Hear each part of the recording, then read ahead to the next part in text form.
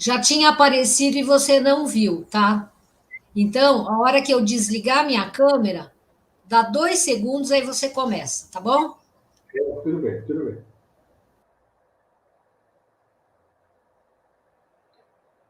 Olá, boa noite a todos. Muita paz e harmonia. Hoje vamos ter o prazer de conversar a respeito da contribuição do Evangelho no lar e no coração às pessoas enlutadas, né? As pessoas que perderam um ente parente, um ente querido, né? E nós queríamos assim mostrar de uma forma bem clara para vocês a contribuição do Evangelho no lar e no coração, as famílias enlutadas, as pessoas que estão sentindo a ausência de um doente querido. Então, o Evangelho no lar, quando nós começamos né, a reunião, depois de ser estudado o dia e horário com os familiares concordando, né? Então, nós damos início. E a espiritualidade já está atenta, né? Vai se programando para poder assistir a nossa família no Evangelho no lar. E no dia determinado, né, antes do horário, tem uma equipe de espíritos, né, do trabalho do Evangelho lá, que eles vão à nossa casa e fazem uma limpeza espiritual. Quando nós falamos em limpeza espiritual, ele vai limpar tudo que está assim atrapalhando espiritualmente. Então, aí a casa, a partir daquele momento, o ambiente fica impregnado de tudo que é de bom. Tudo. Paz, harmonia, né? O relacionamento fica perfeito. Todos ali ficam imbuídos com sentimento de bondade, de solidariedade. Então, essa é a tarefa desses espíritos. Então, eles transformam a nossa casa, naquele momento, em lar. E o lar ele é construído de muita paz, muita solidariedade, muita amizade, fraternidade. Então, esse conjunto de sentimentos é que formam o lar naquele momento. Então, o ambiente fica muito propício à atuação dos espíritos que estão ajudando, estão colaborando com a gente. Então, isso é muito importante. Então, que nós devemos aproveitar todas essas oportunidades para que nós possamos fazer o melhor possível, contribuindo com a espiritualidade que está lá ajudando a nossa casa. Porque o ambiente está muito propício. A presença desses bons espíritos, desses benfeitores espirituais, né, responsáveis pelo Evangelho, que propagam, que ajudam, que orientam, que auxiliam as famílias. Então, a partir daquele momento, né, nós estamos, o ambiente está preparado para fazer o Evangelho lá, para nós começarmos a fazer o Evangelho lá, o ambiente no qual nós estamos ali, naquele ambiente doméstico, ele se torna assim, como nós podemos falar, uma claridade muito forte, ele ilumina. Só que nós não vemos. Só a espiritualidade é que tem condições de ver essa claridade. É algo assim que nós não imaginamos o bem-estar que fica. Então, emite essas vibrações que são algo assim muito claro, que emite. Se nós tivéssemos a faculdade da evidência, provavelmente nós viríamos.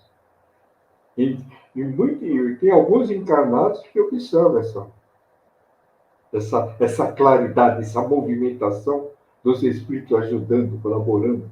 Então vão chegando vários espíritos com a finalidade de colaborar no Evangelho. Olha só, então a nossa casa fica cheia de espíritos. Certo?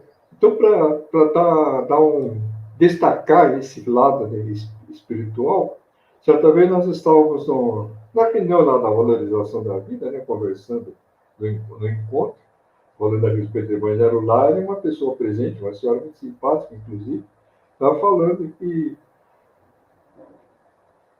uma vizinha foi conversar com ela outro dia. Eu falei, poxa, por que toda quinta-feira a sua casa fica cheia de gente? Então, essa vizinha ela tem a visão, mas não sabe. Então, para ela, a casa ficava cheia de gente. Gente assim, na janela do lado de fora, na porta, no terraço, no quintal, ficava cheio de gente. Ela falou. Então, aí essa menina falou, então ela vê os espíritos que vão participar do Evangelho lá, que nós vamos ver. Você vê só? Então, é uma observação feita por uma pessoa que não é espírita. Ela tem essa faculdade, mas não sabe, porque para ela aquilo é normal. São pessoas encarnadas, mas na realidade não são. Então, essa tranquilidade que emite o Evangelho lá. Então, como o ambiente fica muito propício à presença desses espíritos, então ali eles começam a ajudar a família, a colaborar, orientar. E o fundamental do Evangelho lá, todos devem estar conscientes dessa colaboração, que é a prece. A prece, quando feita durante o Evangelho lá, ela tem um alcance que nós não temos ideia. É algo assim que não tem obstáculo. Atinge o ponto é que nós gostaríamos que atingisse. Então, e essa prece para as pessoas, os espíritos desencarnados, é um bálsamo, é um alívio que ele recebe, entre os quais o ente querido, ali da família. Então, o Evangelho no Lar é uma das maiores oportunidades que nós temos de colaborar com os espíritos desencarnados, a quem nós tínhamos bastante afeição quando encarnamos. Essa é a forma mais indicada, a forma mais simpática que nós temos de poder colaborar com um parente, com um ente querido, um amigo, vizinho, com quem desencarnar. Então, a oração é um remédio para o espírito, que vai deixá-lo um pouquinho mais tranquilo, vai fazer com que a adaptação ao plano espiritual seja de uma forma assim, bem tranquila, sossegada. E, consequentemente, ele vai sentir-se aliviado e possibilitar, né, a ajuda que vai em benefício dele. Vai facilitar o socorro. Daí o motivo pelo qual nós enfatizamos, né, a reunião do Evangelho no Lar, com a prece de abertura, né, que já deixa o ambiente ainda mais tranquilo do que ele já está, a leitura, o comentário. E esse comentário é a participação de todos. Mesmo que seja algo muito simples, eu gostei, eu não entendi, tudo isso faz parte, é um ambiente agradabilíssimo. Porque dá condições dos espíritos atuarem durante o Evangelho lá junto aos nossos familiares, que nós não vemos. Eles fazem um trabalho assim gigantesco durante o Evangelho no lar. Muitas vezes aqueles 15, 20 minutos, mais ou menos, um pouco mais, um pouco menos, para eles é o suficiente para poder ajudar a família. Então, aquelas vibrações do ambiente são encaminhadas, por exemplo, a esse ente querido desencarnado, que ele vai receber isso, ele vai se dar, ele vai ter um momento de alívio, um pouco de tranquilidade, certo? Possibilitando, como nós falamos, o socorro em benefício dele. Então, por isso que nós devemos fazer o Evangelho lá sempre. Porque nós beneficiamos ou o encarnado e o desencarnado. E esse ambiente fica tão propício à atuação dos espíritos que todos são beneficiados. Os espíritos desencarnados, mesmo que não tenha vínculo com a nossa família, mas ele é beneficiado também. todos os espíritos aflitos, espíritos em situação difícil, entre os quais nós podemos citar os suicidas, os espíritos que foram cerceados de reencarnar através do aborto, eles foram impedidos de reencarnar. Muitos deles ficam revoltados, outros aceitam. Então devemos orar sempre. Quando fazemos evangelho lá, temos que fazer o melhor possível, porque nós estamos ali reunidos com a intenção de colaborar com o próximo. Segundo Joana de Ângeles, durante o Evangelho no Lar, nossos vizinhos são beneficiados. Que às vezes tem um vizinho do lado com um problema que nós não sabemos, mas a espiritualidade está ciente. Então os espíritos vão lá ajudar aquele familiar, aquele integrante da família ali, dos vizinhos, ajudar aquela família. Então nós, quando fazemos evangelho lá, devemos estar ciente. Nós estamos ali servindo. Não obstante, estamos também recebendo ajuda do plano espiritual. Mas o objetivo maior ali é servir sempre. E sobre a luz que nós estávamos falando e que emite, né, do Evangelho no Lar, nós temos um relato também de um amigo que no prédio no qual ele mora, certa vez uma senhora foi lá falar com o porteiro. Ela já falou, eu gostaria de saber se tem apartamento para vender nesse prédio. Porque eu faço questão de ir morar aqui. Eu gostaria, se tivesse algum apartamento para vender, eu gostaria de comprar. Né? E o porteiro não sabia, e a síndica estava ali, chegou naquele momento, começou a participar, a conversar. Ela também não sabia se tinha apartamento para vender, né? E foram conversando, aí a síndica queria saber o motivo pelo qual aquela senhora gostaria de morar naquele prédio, porque ela insistia com tanta veemência. Então ela falou, sabe que toda vez que eu passo em frente a esse prédio, eu vejo uma luz muito forte. E eu me sinto muito bem quando eu passo aqui em frente. Essa luz me dá um conforto muito grande. Então, esse é o motivo pelo qual eu gostaria de morar aqui no prédio. É aquela luz que nós estávamos falando, que são poucos encarnados que vêm. Pouquíssimos. Aí a síndica falou, não, sabe o que é? É que nós fazemos o evangelho no lar, no salão social do prédio. E várias famílias participam. E o prédio todo é beneficiado.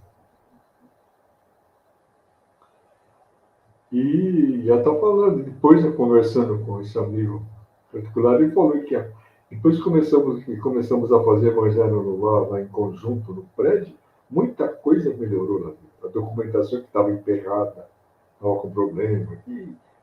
E esses e outros problemas foram sendo resolvidos assim, de uma forma muito tranquila. Né? Então você observa que o evangelho no lar ele tem um efeito assim, muito profundo, muito eficiente, que nós não percebemos. Então, o evangelho no lar para as pessoas enlutadas é uma solução que realmente vai transmitir bem-estar, porque fazendo o evangelho no lar, mentalizando o ente querido desencarnado, emitindo boas vibrações, emitindo aquela oração de coração, você vai estar ajudando e, consequentemente, sendo ajudado. Porque o ente querido desencarnado recebendo essas vibrações de carinho da família, aí ele vai ter certeza que a família está bem e, consequentemente, ele também vai ficar bem. Porque se nós ficarmos desesperados com a partida do ente querido, vai complicar mais ainda a vida dele. Certo? Então, por isso que devemos fazer o Evangelho no lar, de uma forma assim muito tranquila, de uma forma muito assim, com boas intenções, de uma forma fazendo o que deve ser feito, né? Antes de começarmos a fazer Evangelho lá, nós certo colocar uma jarra com água para que todos possam beber daquela água, que é o remédio espiritual que vai ajudar de uma forma homeopática o bem-estar de todos. Esse já é uma excelente contribuição da espiritualidade. Então a gente faz a prece de abertura, leitura e comentário. E durante a leitura e comentário do Evangelho, tem espíritos ajudando o encarnado ali, intuindo, né, no comentário sobre o que deve ser dito. Eles têm essa faculdade, né, de poder ajudar mentalmente o encarnado. Entre os familiares pode ter alguém com um problema de físico, um problema espiritual, os espíritos vão ajudar. Isso é mais do que evidente. Então, todos são beneficiados naquele momento. Então, a espiritualidade ajuda. E se houver crianças, certo? Aí a situação fica mais importante. Porque os espíritos vão ajudar aquela criança, vão colaborar com ela. E dependendo da idade, ela pode fazer uma prece, com as palavras dela, pedindo ajuda ao Pai do Céu. E a oração, os pais devem ensinar aos seus filhos desde pequeno, independente da religião na qual ele se encontra. Independente da religião, ele tem que ensinar os filhos a orar. Começar desde cedo. É um hábito que as crianças vão adquirindo e aquilo vai ficando, será para o resto da vida. Os momentos difíceis, ele deve orar. Nós temos um livro infantil, nós recomendamos também, que chama-se A Fuga do Zé. O garoto, quando tinha uns 6 anos, ele achava que já tinha condições de andar sozinho na rua. Ele saiu de casa, começou a andar. Chegou em dado momento, ele já não sabia onde estava mais. Começou a ficar apavorado, começou a ficar triste, né?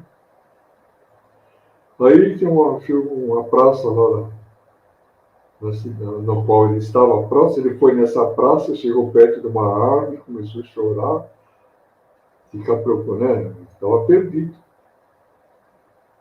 E aí lembrou da oração que a mãe tinha ensinado para ele.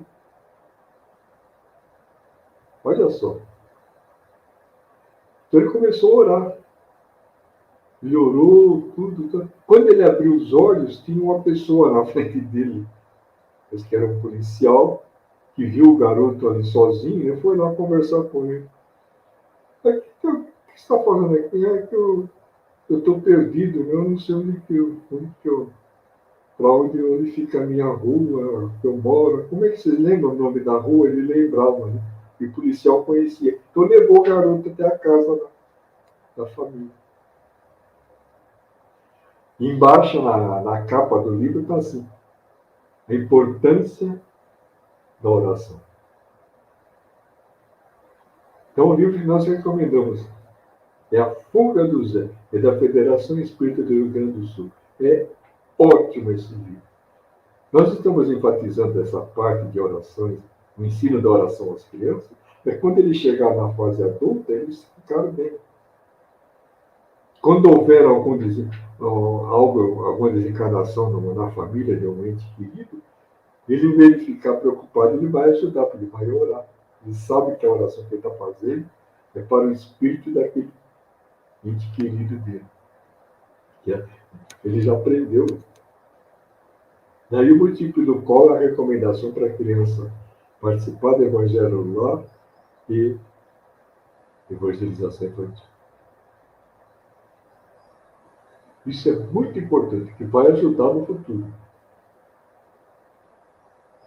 É. No livro da Sueli Calda Sugar, né, Mediunidade e Obsessão em Crianças, tem várias situações ali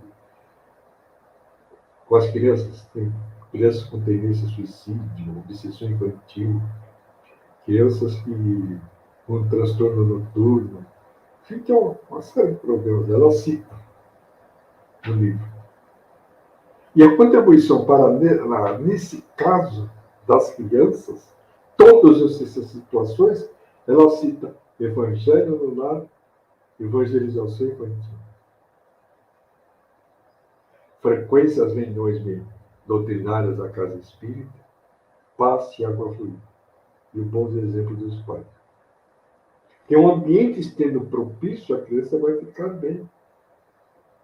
Evangelho no lar e evangelização infantil. E que vai contribuir na fase adulta, quando ela tiver adolescência, tudo, ela não vai. Talvez tenha menos problemas. Ela tem essa semente guardada dentro de si. E vai ajudar no caso da desencarnação da família. Ela vai falar, vai entender, vai orar, ajudando, colaborando. Então, por isso é importante os pais ensinarem os filhos a fazer a oração desde cedo. Isso é muito importante. E a família vai ser beneficiada de uma forma geral.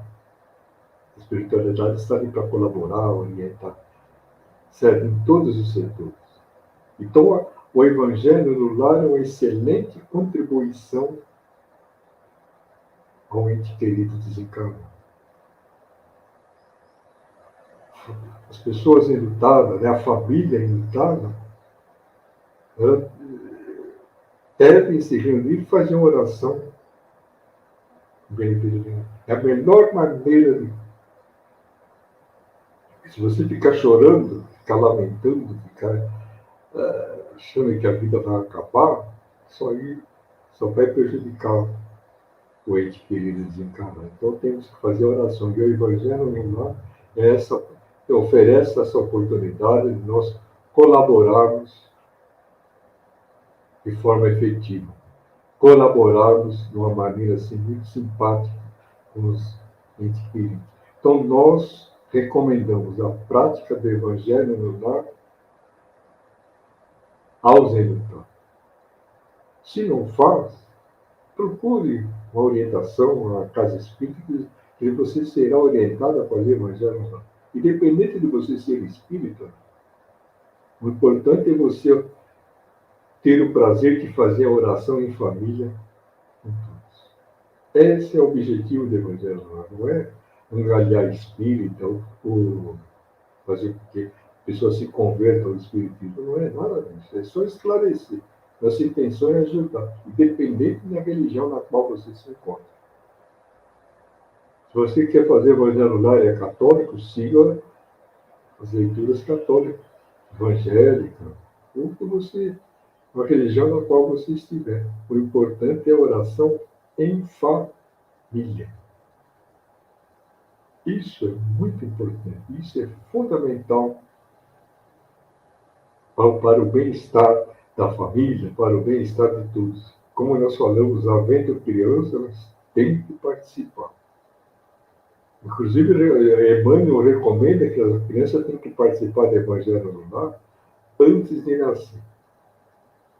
Que são orientações que ela vai recebendo de uma forma assim, muito simples. Ela vai absorvendo as vibrações, o ambiente vai ficando propício, ela vai se envolvendo nesse ambiente, está ótimo. E, consequentemente, durante a sua vida, isso vai fazer um efeito assim muito positivo. Então, devemos assim encaminhar nossas crianças à evangelização infantil, ao Evangelho, para que nós possamos dar a nossa contribuição aos espíritos, principalmente, que estão em situação difícil, os espíritos aflitos, os espíritos que precisam da oração, que eles estão numa situação tão delicada, que o único meio pelo qual ele pode ficar um pouquinho mais tranquilo é através da oração. Aí o motivo pelo qual nós insistimos No Evangelho segundo o Espiritismo, nós temos uma oração que são coletâneas de prece espírita, 28º capítulo do Evangelho segundo o Espiritismo. E tem várias orações lá, entre as quais para uma pessoa que acaba de desencarnar. Tem uma explicação falando a respeito do bem-estar que a oração faz naquele momento, ao desencarnado e tal, né? Depois tem a oração. E são duas, os Espíritos colocaram duas aí. A 61, a 60 e a 61. Que é essa, né, a numeração para você localizar na coletânea de prece espírita. Pode ir lá procurar. Oração para uma pessoa que acaba de desencarnar. É fantástico. Inclusive, a segunda oração, que é a número 61, tem uma observação antes da oração. Ele fala que essa oração foi ditada para um médium que estava na varanda da sua casa, quando passava em frente à sua casa um velório, um enterro. Um velório, né? A pessoa estava levando para o cemitério. Então, o cortejo passava em frente à casa dele e, nesse momento, a espiritualidade aproveitou para ditar essa prece. Muito interessante. Eu recomendo que vocês leiam, né? A família que está com problema de luta, perdeu um ente querido recentemente, faça a leitura dessa prece. É ótima. 28º capítulo, coletânea de preces espíritas. Prece para quem acabou de desencarnar. É simplesmente ótimo. Eu tinha um amigo que, quando a mãe dele desencarnou, ele leu essa prece várias vezes no velório. Então, é uma forma de ajudar. Eu acredito que a mãe dele deve ter se sentido muito bem. Em vez do pessoal ficar lamentando a ausência e tal, então estavam colaborando. Então, ele fez essa prece. Ele falou para mim. Várias vezes eu fiz a prece. E merece ser lido. Então, recomendamos a todos, né, que leem e estudem essa prece para poder ajudar num momento como esse. No momento de desencarnação, no momento dessa perda do ente querido. Vale a pena mesmo, é muito importante. Né? Que nós temos que fazer o melhor possível para que nós possamos dar a nossa contribuição. Em vez de atrapalhar, devemos ajudar. Por exemplo, no caso do suicida, o único alívio que ele recebe quando já está no plano espiritual, depois do cometer, né, o ato, é a prece. Então devemos fazer a nossa parte, orar sempre, em benefício de todos que necessitam ser assistidos, em benefício de todos aqueles que aguardam uma palavra de conforto, uma palavra de consolo, que ele se sinta acolhido. E a prece nos dá essa possibilidade de transmitirmos a todos esse bem-estar. Devemos insistir. E essa prece aqui da coletânea de preces espíritas, né, é uma forma de nós colaborarmos com os desencarnados. Preces por quem acabou de desencarnar. Olha só. E anteriormente, numa classificação que é prece para o encarnado, tem uma prece que é para a criança que acaba de reencarnar. Ou acaba de nascer. Olha só. Então, também recomendamos que leiam essa prece. Porque a coletânea, as preces são divididas em cinco partes. Primeira prece né? A primeira parte é preces gerais, que seria, não fala do Pai Nosso, mas é ótimo essa recomendação. Recomendamos, leia a primeira prece da coletânea de preces espíritas. Pai Nosso. E lá não está Pai Nosso, está oração dominical, que na época eles usavam esse termo, vem prece do Senhor. É a primeira prece. Pai Nosso, mas é ótimo. Cada frase tem um comentário, que é uma verdadeira aula. Depois nós temos a segunda parte, prece para si mesmo. Tem a prece para a hora de dormir. Enfim, tem.